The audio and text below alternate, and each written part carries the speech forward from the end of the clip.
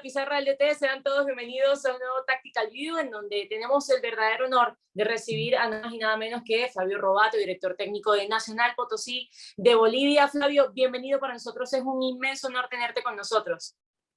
Hola Marí, gusto en saludarte, muy buenas tardes, el gusto es mío como siempre, así que acá a disposición.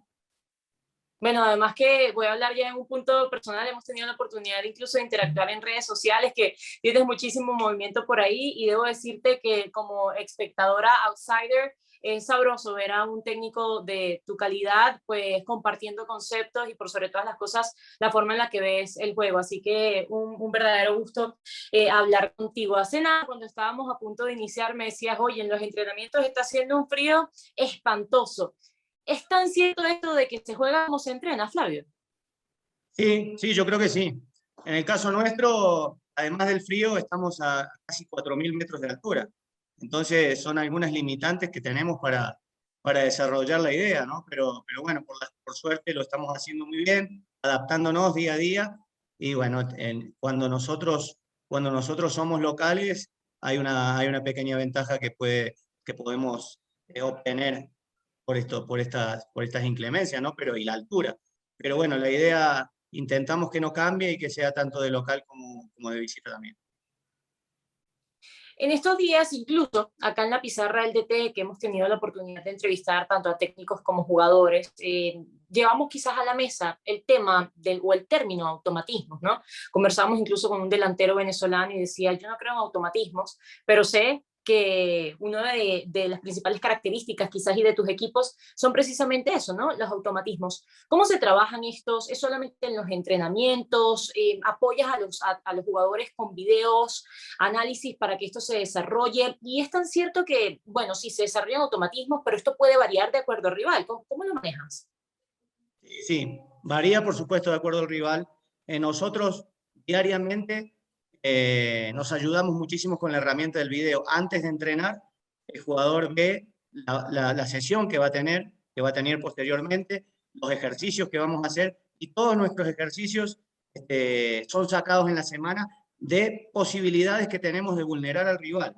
Yo a los automatismos les llamo paisajes tácticos. Le digo que son Ok.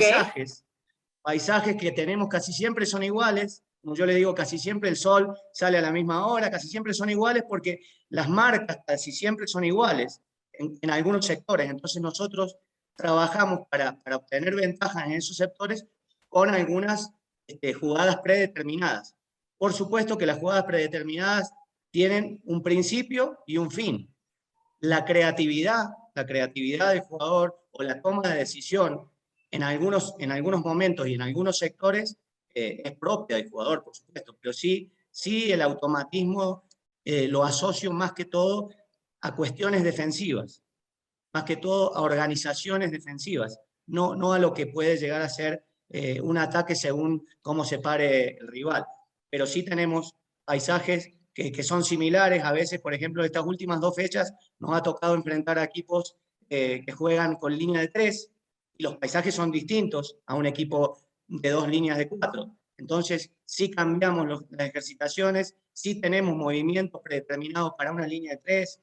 Por ejemplo, los extremos bien abiertos, mucho cambio de frente, el lateral pasa por dentro, hacerlo salir a un stopper de esa línea de 3, sacarlo de su zona para que podamos hacerle 2-1. Entonces hay muchísimas cosas que están predeterminadas, pero te repito, se basan todos en la idea que tiene el equipo y después apelamos siempre a la creatividad, a la libertad y a la posibilidad que tiene el jugador de decidir en ese momento. De decidir en ese momento, a veces no hacer lo que se entrenó. ¿Sí? Nosotros el otro día Ok. hicimos un gol que no fue entrenado, que fue un movimiento contrario. Nosotros trabajamos para ganarle el espacio interior entre stopper y líbero, y el gol se produjo por el espacio exterior, ¿sí? del stopper. Entonces, bueno, son cosas que pasan, pero como ya tenemos algunas cositas ya trabajadas, es mucho más fácil que el jugador pueda tener esa impronta, ¿no? Cuando el jugador ya sabe, y nosotros hacemos mucho hincapié en el videoanálisis, hacemos mucho hincapié en que el jugador tenga todo lo que puede tener del rival, pero no saturarlo de información, sino, por ejemplo, Marí juega de extremo, entonces A Marí yo le doy todo lo de su lateral, el lateral que la va a marcar, ¿sí? Cómo va a pasar al ataque, Claro. en la zona donde él se desenvuelve, qué movimientos va a tener, cómo juega el rival en esa zona. Y bueno, entonces el jugador se adapta mucho más fácilmente a lo que es la idea después del partido, ¿no? La idea táctica, el plan de partido, porque ya lo tiene asimilado durante la semana. Para eso nosotros tenemos un gran trabajo de nuestro videoanalista, que es Gabriel González, que trabaja muchísimo para que nosotros se nos facilite la semana de trabajo. Entonces, como te decía, la sesión los jugadores la ven antes y el video individual del rival también lo ven antes, lo ven el lunes. Si nosotros jugamos el domingo, lo ven el lunes o el martes, ya lo tienen, y nosotros a partir de ahí, durante la semana, trabajamos con eso, ¿no? Con lo que podemos hacer para vulnerar al rival. Todos los partidos, yo considero que todos los partidos son distintos. Entonces, tomando en cuenta esto, ¿es quizás una necesidad para ti como director técnico que tus jugadores sean estudiosos de rival en base a las herramientas que ustedes le dan? ¿Qué tipo de herramientas tecnológicas utilizan? ¿Cómo lo llevan a cabo? Me llama la atención eso. Sí, necesariamente, por más que a algunos jugadores les gusta más o menos ver un video, el partido individual de ellos, el que jugaron lo tienen. Y eso les gusta verse a todos los jugadores. Pero el rival, a veces al jugador hay que convencerlo de que vea para que pueda obtener ventajas. Y la forma es la típica, cortar acciones y mandárselas. Nosotros en este caso las mandamos por WhatsApp de forma individual. Yo tengo un grupo de laterales, grupo de extremos, entonces las mandamos más o menos entre el lunes y martes a todos por vía WhatsApp. ¡Wow! Bueno, no sabía que utilizaban esa herramienta, me parece sumamente interesante. A ver, Sí. ¿cómo se entrena la conciencia y el dominio del espacio en construcción? Ahora que estamos hablando del tema de los entrenamientos y de todos los movimientos que tienen como particularidad tus equipos. Repetime que no te escuché bien. ¿Cómo se entrena la conciencia y el dominio del espacio en construcción? Bueno, nosotros como idea madre, como equipo, tenemos dos consignas básicas.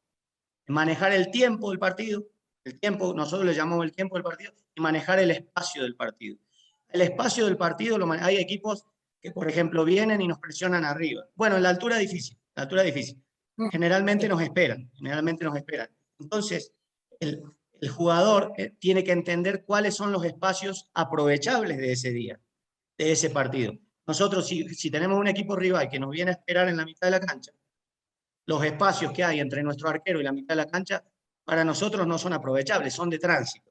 ¿Sí? Hasta ahí me voy explicando. Los espacios que Sí, podemos sí. encontrar en este tipo de equipos que se cierran, generalmente están muy en los costados. Entonces nosotros trabajamos para que el jugador entienda, mediante los ejercicios, que esos espacios de este partido en particular, sin salirnos de nuestra idea, de lo que creemos como equipo, están en ese lugar. Entonces, creamos la conciencia desde el lado visual.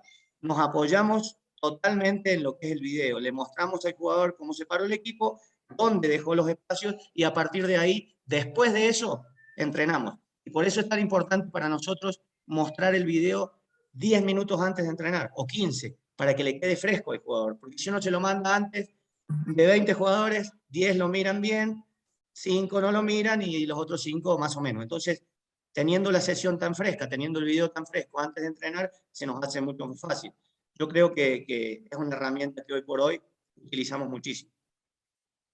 Ahora que mencionas el tema de la altura y hablamos de la importancia de analizar el rival, Flavio, ¿cómo manejas el tema de evaluar o analizar rivales que juegan con determinado estilo, tomando en cuenta que hay una amplia posibilidad de que jueguen diferente por la característica de la altura? ¿Cómo lo manejan? Bueno, generalmente acá hay equipos que están en el llano, que son equipos Ujú. grandes como Blooming, como Oriente Petrolero, como Guavirá, como Real Santa Cruz, que sí cambian muchísimo entre lo que es el llano y lo que es venir a jugar a la altura. Pero después hay otros equipos que están en La Paz, como Bolívar, como Strongest, que Acostados. están muy acostumbrados, por más que sean 300, 400 metros, o lo mismo de Cochabamba, Wilstermann, Aurora, no les afecta tanto, no cambian radicalmente su postura en altura o en llano. Pero sí los equipos del llano sí juegan de una manera el local y juegan de otra manera de visita, les cuesta mucho. Todavía, a pesar de jugar cada 15 días o cada a veces menos, en la altura todavía les cuesta mucho, es algo que yo considero que no es un mito, pero a grandes rasgos no es tan importante como la gente piensa. Si no, yo diría, Bolivia estaría en todos los mundiales, Claro. es algo que va de la mano de lo que es el equipo. Si el equipo lo aprovecha, bueno, bárbaro. Nosotros tenemos un equipo que sabe que en la altura tiene que jugar de determinada manera. Tiene que tratar de tener el balón lo máximo posible para que el equipo rival se fastidie, se ahogue, se canse, y tiene que cambiar de ritmo lo mejor posible para que el equipo rival, cuando le cambiemos de ritmo, no esté al 100%. Entonces, son cuestiones que van de la mano de la altura, pero no ponemos a la altura como principal característica de lo que puede llegar a ser un equipo. Porque hay equipos que juegan en la altura de distinta manera. Yo considero que nosotros tenemos que aprender a jugar en la altura. Los entrenadores que dirigen equipos en la altura tienen que aprender a dirigir equipos en la altura. No es lo mismo. Y en cuanto a la parte física, Mari, nosotros en el entrenamiento, en la dinámica de cargas de entrenamiento, no podemos exigir al jugador al 100%. Lo exigimos hasta el 80%, porque es lo máximo que te permite el ambiente, Claro. la La oxigenación que pueden situación. llegar a tener. Entonces, claro, los equipos que están en el llano sí pueden exigir al 100% en el llano. Entonces, cuando va un equipo de altura al llano, le cuesta también, le cuesta bastante también. Entonces, para charlarlo largo y tendido, pero es todo un tema a la altura y preparar un equipo a la altura y prepararlo también para que baje a jugar al nivel del mar o al calor o a ese contexto, ¿no? Y como entrenador que tú mencionabas, nosotros los entrenadores tenemos que acostumbrarnos a saber jugar en altura. ¿Qué tanto tuviste que cambiar entonces como entrenador, no solamente por esto que me hablas de rendimiento del 80%, sino en algún otro aspecto que nosotros desconozcamos precisamente por no vivirlo, evidentemente? Bueno, yo tenía la ventaja de haber trabajado ya en Colombia, en Ecuador, donde en Quito hay Cierto. altura, donde en Colombia estuve en Bogotá, que también hay altura, pero generalmente tiene que aprender el entrenador a armar equipos para la altura. Porque si uno quiere jugar en la altura, por más acostumbrado que esté a un ida y vuelta, la va a pasar mal también, por más local que sea. Entonces tiene que acostumbrar al equipo a aprovechar esos momentos de ahogo, que son en algunos momentos, son al principio del partido, son en los primeros 20 del segundo tiempo. Tiene sus cositas y tiene sus secretos jugar en la altura. Entonces tiene que acostumbrarse el entrenador a aprovechar esos momentos y a saber cómo jugarlos. Por supuesto que depende también de la calidad de jugadores que tenga y de la característica de esos jugadores. Porque a mí me tocó el año pasado dirigir un equipo en la altura, este mismo equipo, con otros jugadores que no estaban, que no eran jugadores con características para aprovechar en la altura. No tenía jugadores rápidos, no tenía jugadores jóvenes, tenía jugadores de otras características y de otras calidades. Entonces me tocó jugar de otra manera. Me tocó jugar en otro sector del campo, no presionar tan arriba.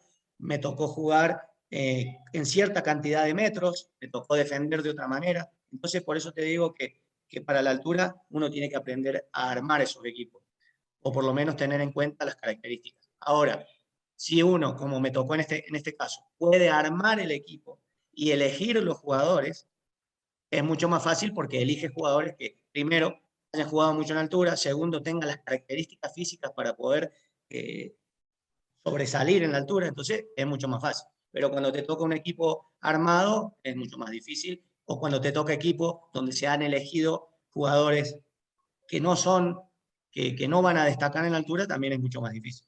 Hay que cambiar la forma de jugar. Hablemos de tu guardameta. Mustafa está dejando bastante tela que cortar y muchas personas hablan especialmente de ese estilo porque se está caracterizando por generar esa superioridad en salida. Tienes un equipo que empieza su jugada o su ataque precisamente desde tu guardameta. ¿Esto es algo que ya él tenía en cuanto a la salida y esas capacidades como portero con los pies desde el cuerpo técnico anterior? ¿Es algo que ha adquirido con ustedes? ¿Cómo lo han manejado? No, Mari, yo lo fui a buscar por sus condiciones y por sus características. Él atajaba en Guavirá y yo ya lo conocía. Si bien Guavirá no iniciaba las superioridades del arquero, sí notábamos que él tenía las calidades para poder hacerlo. Entonces el primer jugador que fui a buscar fue Mustafa. Para la idea de juego que nosotros tenemos, es fundamental que el arquero Sí. pueda salir jugando, pueda hacer el primer pase, pueda ser el iniciador de todo. Y creo que lo está haciendo muy bien. Seguramente ha tomado riesgos y tomará más riesgos. Se equivocará, pero él sabe que la idea de juego nuestra depende muchísimo de lo que él inicia. Entonces, está consciente de eso y lo está haciendo de la mejor manera, gracias a Dios. A ver, los desmarques de apoyo y ruptura son quizás de lo más importante para ti dentro del juego. Los triángulos creo que son los más importantes. Que tengamos nosotros siempre la figura armada para que cada jugador que reciba el balón tenga un apoyo y tenga un desmarque, es para nosotros lo más importante. Que nosotros estemos abiertos, que estemos anchos para salir y que armemos los triángulos, porque el triángulo es la figura que te permite mantener la posesión casi siempre. Que tenga un apoyo, que tenga uno abierto y que otro rompa. Entre esos tres seguramente creamos superioridad. Yo creo que lo más importante es que el equipo esté bien ubicado. Para el juego que intentamos hacer nosotros de posición, si se quiere, entre comillas, que estén bien ubicados es lo más importante. Por supuesto que el cambio de ritmo y el cambio que tiene la jugada para pasar de jugada a jugada de gol, fundamental es un desmarque de ruptura, fundamentales. Para nosotros son fundamentales, los entrenamos todos los días, no nos cansamos de entrenar desmarque de ruptura, porque son lo que nos hacen a nosotros cambiar de ritmo la jugada y poder tener jugadores superando la última línea contraria, que es creo que es lo más importante hoy por hoy para tener una llegada en el fútbol. De hecho, hablando del desmarque de ruptura, tú incluso publicaste en tu cuenta de Twitter un video de uno de los entrenamientos. Es un video bastante reciente y me llamó muchísimo la atención. Claro, el video no tenía audio, pero podríamos profundizar en ese tipo de entrenamientos de desmarque y rupturas. Sí, son fundamentales. Nosotros sabemos que hay un momento del juego donde nosotros ya rompimos la primera presión, con pases, con superioridades, con triangulaciones, que necesita el segundo momento o el tercer momento, sí o sí, de un desmarque de ruptura. Sí o sí. Okay. Lo necesitamos porque es lo que va a estirar al equipo rival. Si lo estira, si se la dan, perfecto. Y si no se la dan, lo estiró. Podemos seguir circulando y podemos seguir manteniendo la posesión. Entonces nosotros hacemos en la mayoría de las semanas de entrenamiento muchos ejercicios que tienen como primera parte la posesión para encontrar el momento del desmarque de ruptura. Lo hacemos casi todos los días, te diría. Ejercicios a veces de cancha completa, a veces sectorizados, a veces de las sociedades que podemos encontrar. Nosotros encontramos sociedades, por ejemplo, de un interno por un lado y un extremo abierto del otro. Es una sociedad, a pesar de que en la cancha no están tan pegados. Nosotros tenemos a Cristian Álvarez de interno izquierdo y a Maximiliano Núñez de extremo derecho, que se encuentran muchas más veces que tal vez el lateral y el interior del mismo sector. ¿Por qué? Porque son una sociedad que está provocada para eso. Tiene sus desmarques de ruptura a partir de que uno recibió y que el otro desmarcó. En este caso nosotros tenemos mucho trabajo de ese tipo en la semana de entrenamiento. Nacional Potosí también se caracteriza por recuperar bastante rápido tras pérdida. Hablemos de esto, las indicaciones de presión alta, porque esto también es importante, de jugar adelantados, de cómo lo practican también en los entrenamientos. Sí, a nosotros nos ha facilitado toda nuestra tarea de recuperación del equipo, tener dos centrales como Luis Aníbal Torrico, que es un jugador ya muy conocido en Bolivia, tiene más de 60 goles, imagínate, como central, y David Valencia, que es un jugador que yo tuve en Millonarios, que son jugadores que les encanta achicar. Entonces, si nosotros tenemos a dos centrales de esas características, un arquero que también le gusta jugar adelante como Mustafa, se nos hace mucho más fácil poder hacer una presión rápida. Pero yo creo que lo que más entrenamos en cuanto a la presión es estar bien ubicados. Estar bien ubicados, estar triangulando, estar siempre. El que hace el desmarque de apoyo para la jugada cuando tenemos la posesión es el primero que presiona. Puede ser volante central, puede ser un interior o puede ser un lateral que estaba apoyando desde atrás una jugada. Entonces nosotros, a partir de esas ubicaciones, es como trabajamos la presión. generalmente pensamos que yendo juntos, que estando cerquita, que estando bien ubicados, se nos facilita muchísimo la tarea defensiva. ¿Cuántas veces a la semana entrenan los automatismos, los movimientos, posicionamientos?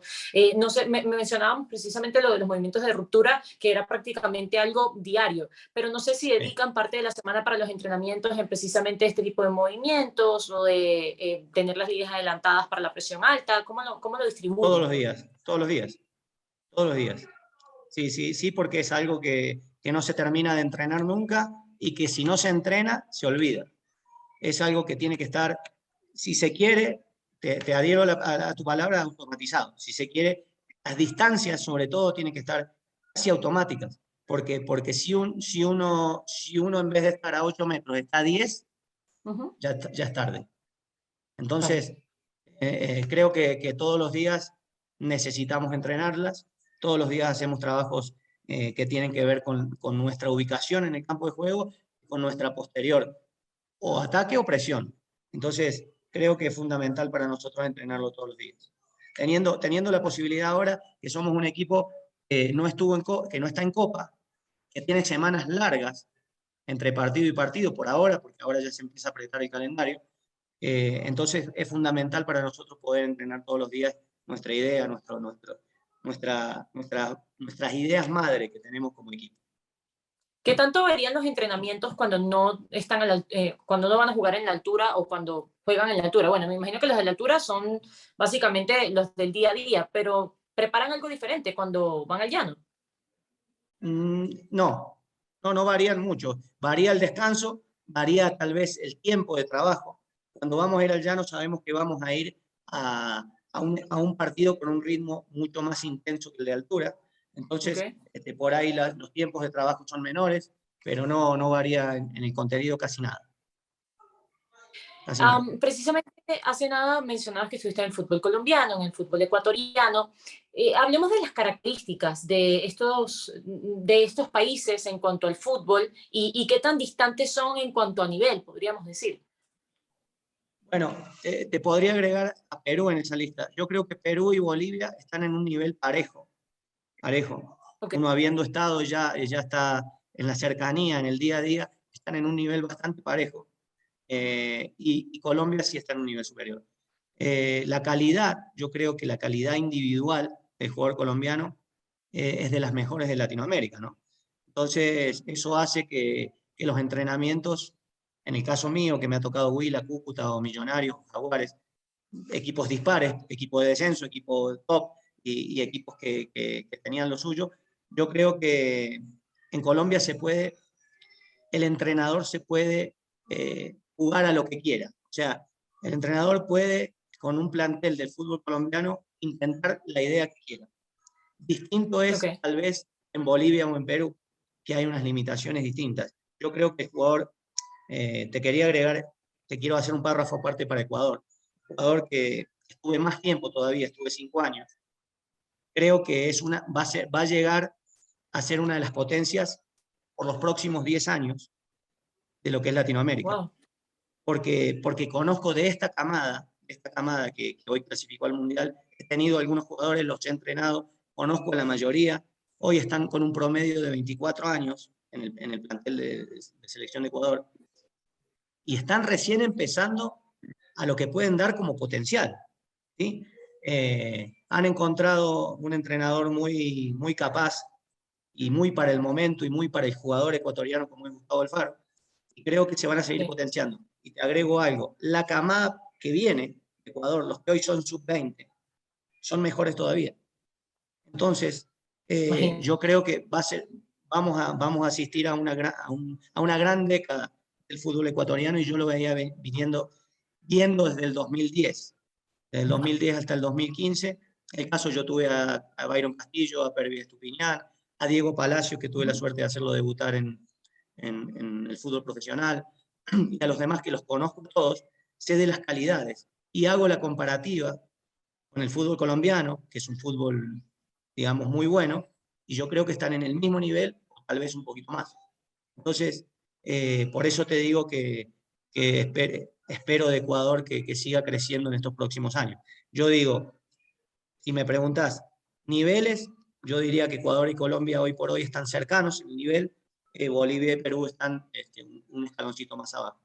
Yo le atribuyo a Bolivia tal vez la falta de competencia. Se juegan muy pocos partidos, se para mucho el torneo. En los últimos 5 años ha habido paros por lo que quieras. Paro de jugadores, paro de dirigentes, paro de lo que vean, lo que venga. Entonces se hace mucho más difícil compitiendo menos. La competencia en Bolivia es menor. Este año se le agregó la Copa Bolivia, que es como la Copa Argentina o la Copa Colombia, donde hay equipos de segunda división que van a poder participar. Por ejemplo, yo en mi plantel elegí a 2 jugadores bolivianos de segunda división que eran los más destacados de toda la segunda división boliviana y están lejos hoy por hoy del profesionalismo. Eran los más destacados. Entonces la competencia por ahí en Bolivia en segunda división juegan 3 meses por año, es muy difícil que pueda crecer. Yo creo que ese es uno de los temas a mejorar en el fútbol boliviano. Y en cuanto al perfil del jugador boliviano, por idiosincrasia, por la parte técnica, ¿cómo los describirías? Lo describiría muy parecido al bogotano en Colombia. Un jugador acostumbrado, muy trabajador, si se quiere utilizar la palabra hasta sumiso, muy obediente, carente de rebeldía tal vez, creo que carente de rebeldía. Estoy hablando del jugador del altiplano, La Paz, Okay. Cochabamba, Potosí, y que creo que le falta un poquito de rebeldía. Todo lo contrario es el jugador de Santa Cruz, el jugador de la playa, del llano. Es un jugador un poquito más rebelde y tal vez un poco menos trabajador. Lo fui aprendiendo este año y medio, o año pasado y este año, que conocí mucho el futbolista boliviano. Y el futbolista boliviano lo asemejo bastante con el futbolista peruano. Son bastante parecidos, bastante parecidos. Yo creo Okay. que un poquito más de rebeldía, un poquito más de carácter en los momentos que uno sabe que necesita más carácter que otra cosa, es lo que hoy creo que le falta. Y en cuanto a lo técnico, No, muy bien, muy bien. Yo no le veo muchas falencias desde el punto de vista técnico. La verdad, haciendo un raconto por la mayoría de los equipos bolivianos, tienen siempre 3 o 4 jugadores de primer nivel. No, y al futbolista peruano ni hablar también, en la parte técnica es muy sí, bueno. claro. Tal vez mejores que el ecuatoriano, ¿no?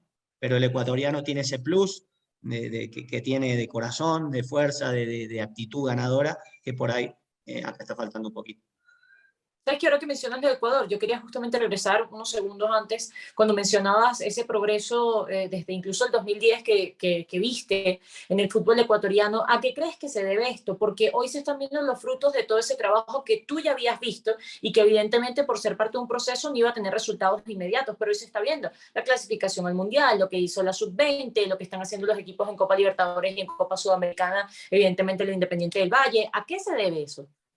Yo creo que algo muy importante para el fútbol ecuatoriano fue haber puesto la norma sub-18, sub-19 para jugar en el profesionalismo.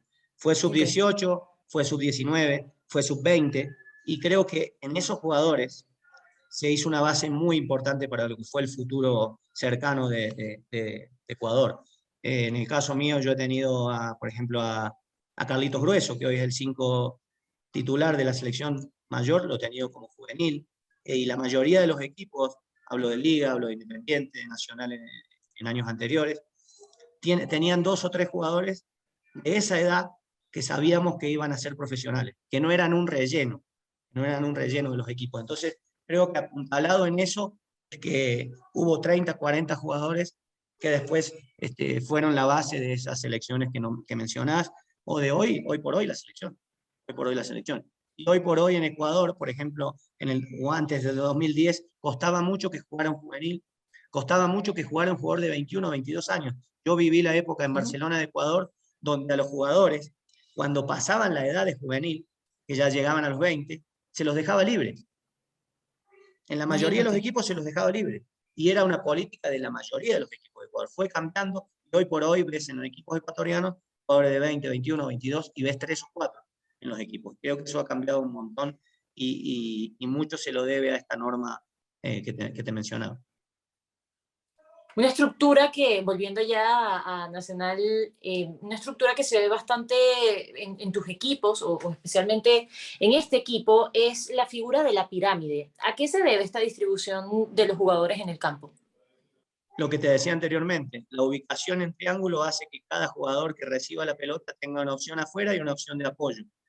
Entonces, eso en el paisaje que recibe, la mirada que tiene el jugador cuando recibe la pelota, siempre tiene un jugador cercano y siempre tiene un apoyo. Cuando son equipos o son sistemas de juego que son más lineales, eso es mucho más difícil. En el caso de nosotros, nosotros en realidad jugamos 2-3-2-3. Ese es nuestro dibujo táctico. No jugamos 4-3-3, pero jugamos 2-3-2-3. Y esa es Ya. la pirámide que mencionás recién. Nosotros creo que es fundamental para que nosotros tengamos siempre jugadores que puedan ayudarnos a sostener la posesión. Ese dibujo y esa ubicación hace que nosotros tengamos jugadores muy cercanos siempre. Creo que es clave para nosotros eso. Lo hice también en el Huila, que tenía un gran equipo también, y pudimos hacerlo y pudimos sostenerlo durante varios partidos. Siempre pensando en esa superioridad numérica al momento de atacar o al momento de estar en cualquier parte del campo, ¿no? Total. Fundamental. La idea madre es crear superioridad en todos los sectores. Y creo que con ese dibujo y con esas ubicaciones se hace un poco más fácil. Sabes que mencionaba precisamente en un punto de la entrevista, de esta charla, que habíamos visto un video que publicabas en Twitter, vemos que eres muy activo en las redes sociales. ¿A qué se debe esto? Porque normalmente los técnicos son muy reservados, no publican sus entrenamientos, no hablan de sus formas, de sus estilos, pero tú más bien lo muestras de forma didáctica incluso. ¿Cómo llegaste a este punto? Me gusta ponerme en el lugar mío de hace 20 años. A mí me hubiera gustado que un entrenador profesional me hubiera dicho cómo entrenaba y cómo se podía hacer esto, cómo aquello. Tengo 3 grupos de entrenadores en mi teléfono donde debatimos muchísimo, la mayoría son entrenadores jóvenes que recién están empezando, entonces me gusta compartirle, me gusta ayudarlo. No creo que sea revelar secretos mundiales, mostrar un ejercicio. Cada uno cuando ve el equipo sabe a qué intenta jugar este equipo y a qué intenta jugar otro. Y yo creo que en ese sentido, más allá de que por ahí uno quiere en la parte estratégica esconder, sí, alguna jugada de pelota parada o algún movimiento, lo demás es todo es muy universal y creo que se debe compartir. Entonces, más que todo por eso. Te basas en el tema de la posición, es algo que has mencionado muchísimo, y quizás, y son pocos los equipos o los países en Sudamérica en donde vemos equipos con esa intención. Hablamos precisamente de la parte de los técnicos y en algún punto muestras hasta ciertas ideas o modelos europeos. ¿En qué técnicos europeos te inspiras en líneas como tal? No, más que todo he tenido la oportunidad de ver entrenamientos en vivo de Guardiola, de Mourinho, he estado cercano también a Diego Simeone, son totalmente distintos, tal vez, Opuestos. sí, tal vez son opuestos, aunque no creas tanto, ¿no? No creas tanto en cuanto a la actitud y a querer ganarle al rival siempre. Y yo creo que lo que más he admirado es a Guardiola, sus equipos son distintos a los demás, son distintos a todos. Y creo que hoy en Sudamérica, salvo algunos modelos, como tal vez podría ser, digo, Independiente del Valle, que tiene una idea ya incorporada de algunos años, no tenemos en el continente equipos que se mantengan en el tiempo jugando parecido. No digo jugando igual, pero sí teniendo una idea de respetar. Yo creo que en ese sentido, lo que más admiro yo es a Guardiola, ¿no? ¿Cómo manejas, y no sé, pensando en el proyecto, ¿no? De Nacional Potosí contigo, con tu cuerpo técnico, el tema de las categorías inferiores, tratar de manejar o mantener un mismo modelo con las categorías inferiores, pensando entonces en que estas potencien el primer equipo, ¿cómo lo llevas? Bueno, en Bolivia es difícil, María es difícil porque la competencia infanto-juvenil la verdad no es muy buena. Pero nosotros en Ok. caso de la reserva que tenemos, que dicho sea de paso, en primera división van 7 fechas y la reserva todavía no comenzó. Sub-23. Entonces, exacto, entonces imagínate, lo que hacemos nosotros es subir semanalmente 2 jugadores de la reserva al plantel profesional para que entrenen con nosotros, ¿sí? En Bolivia también está la norma obligatoria de tener, en este caso, tener un jugador categoría 2002 durante 45 minutos en cada partido. Entonces nosotros obligadamente tenemos que tener 3 o 4 opciones de esa categoría y las hemos buscado y las tenemos, pero creemos que se puede hacer muchísimo más. Es lo que hacemos nosotros, traer 2 jugadores toda la semana. Tengo 6 juveniles en el plantel, entre 2002 y 2003, pero creemos que la competencia en cuanto a reservas, sub-20, sub-18, debe mejorar muchísimo. ¿Crees que el prevalecer entre el espacio y el balón marca la diferencia en el torneo boliviano para ustedes?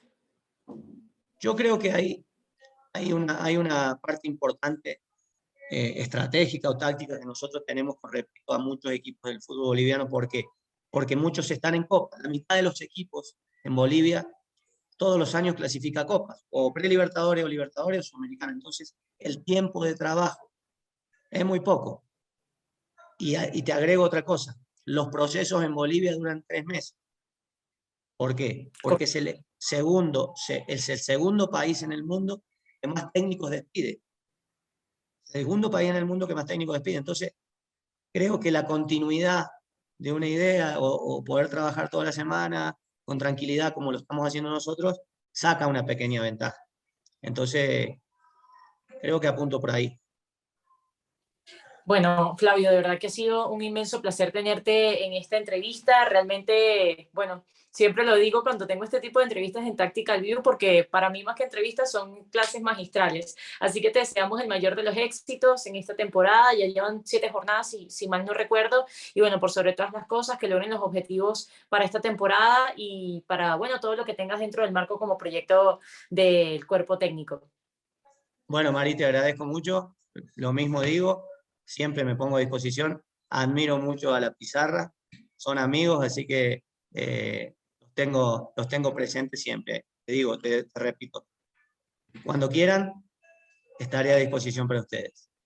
El mayor de los éxitos, Flavio Robato, director técnico de Nacional Potosí. Será hasta un próximo Tactical View. Chao, chao.